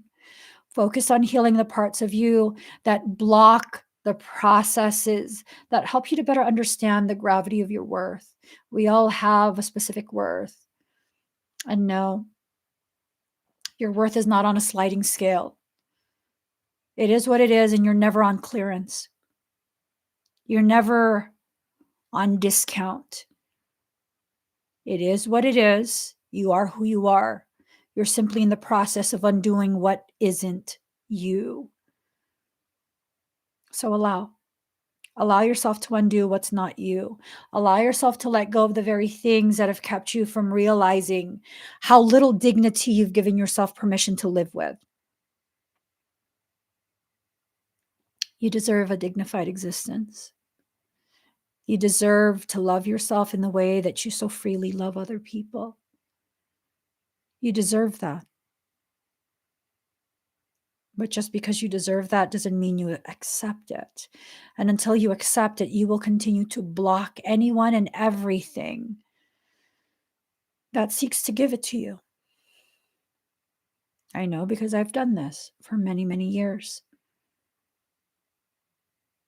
I always have to question, why are you being so nice to me, as though I don't deserve to be nice to?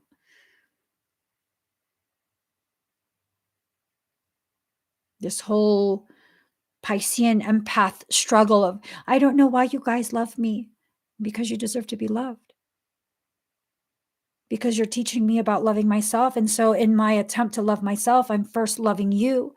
And as I become comfortable with loving you, then I learn how to properly love myself. And that's the reality of the situation that all of us are in. This process of learning about love, omni love, not that limited romantic, sexual, human love. That is just one tiny little component of the truth of actual love, which is omni love. This all-encompassing type of love that has the power to destroy as easily and efficiently as it can build you up.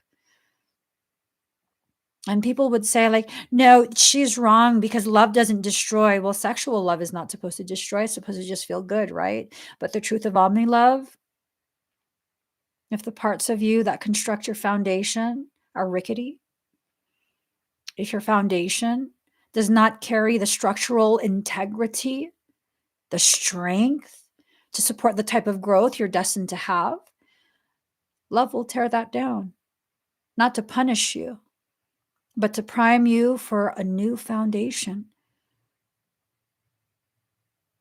So let it. Love hard and live good. What do I mean by living good? Live real. Allow yourself to actually truly feel. And when you do that, beautiful things happen. Very beautiful things happen. I got to get going. Please give this video a thumbs up. If you haven't already subscribed, please do subscribe. Turn on that notification bell. Join me when I'm live. Yeah, and I got to get going. Bye, guys.